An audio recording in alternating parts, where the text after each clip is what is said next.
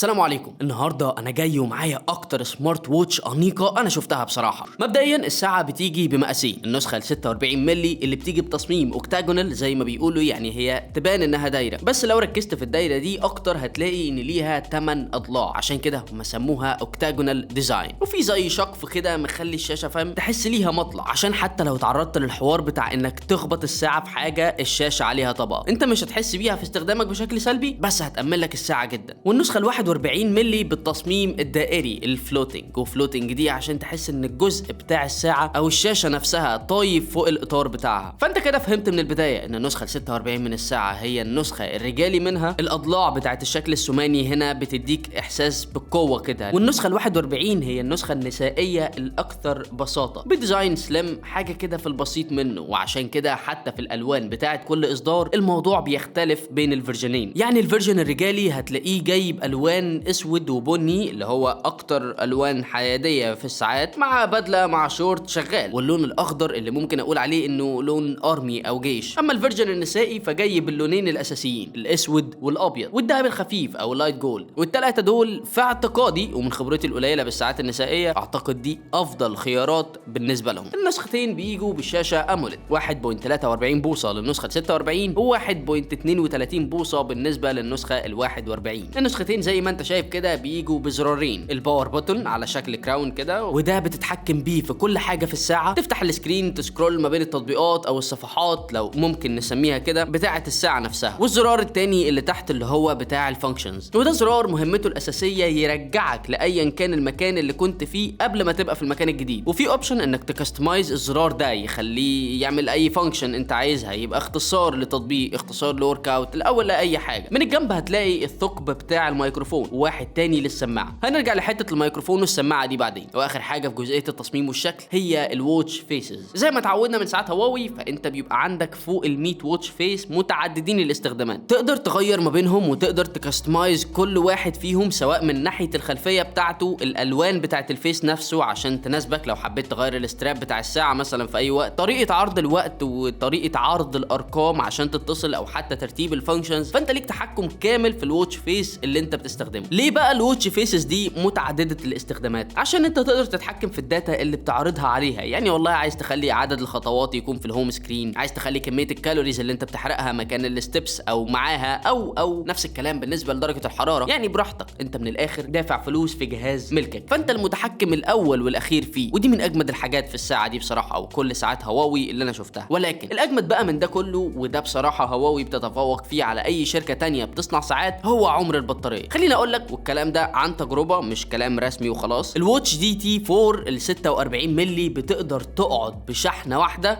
كام؟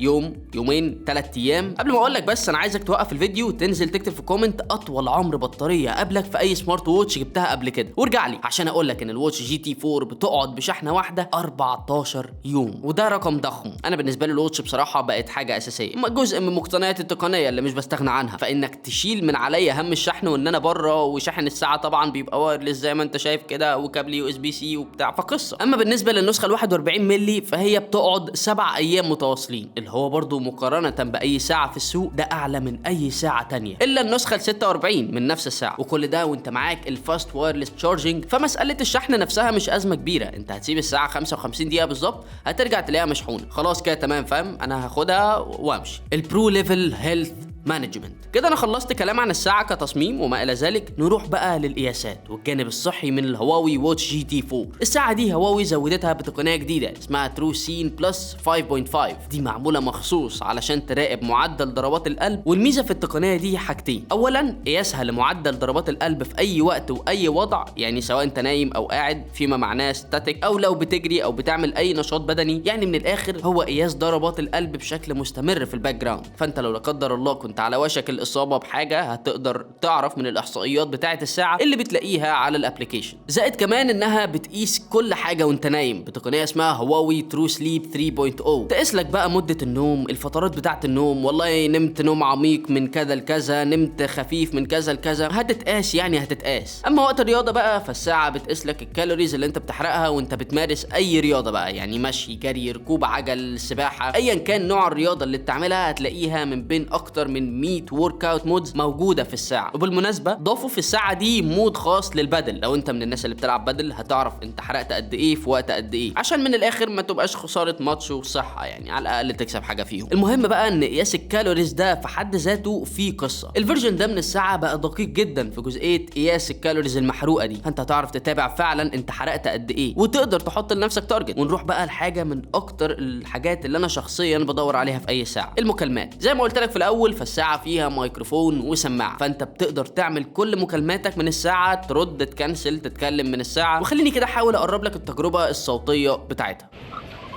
الو،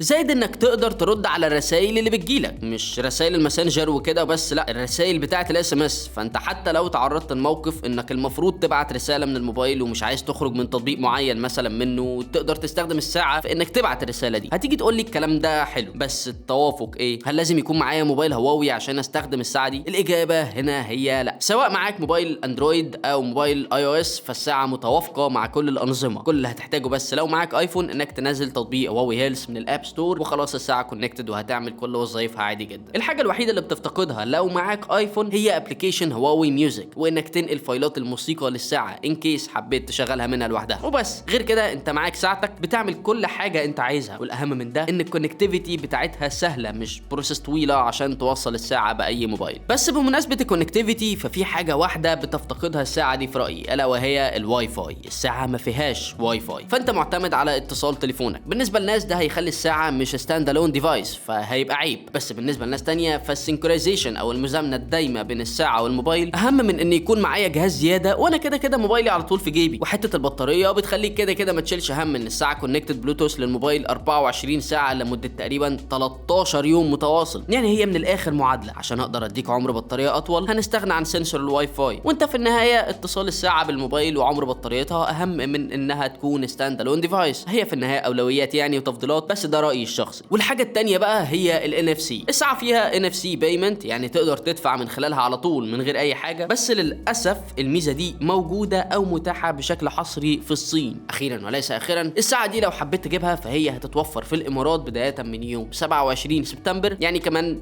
3 أو 4 ايام لو انت شفت الفيديو ده اول ما نزل. وسعرها هيكون 899 درهم اماراتي. بالنسبه للنسختين ال 46 وال 41، يعني هي غريبه شويه مع فرق المقاس، بس لان مقاس الثانيه فيه شغل برضه، فهم الاثنين بنفس السعر. وطبعا هدايا البري اوردر، انت بتاخد هدايا قيمتها 298 درهم اماراتي. وبس هستناك في الكومنتس تقول لي ايه اكتر حاجات عجبتك في الهواوي واتش جي تي 4. اللايك الجامد لو عجبك الفيديو، والاشتراك وتفعيل الجرس لو ما كنتش عامل كده عشان تاكد ان فايتك كتير. سلام.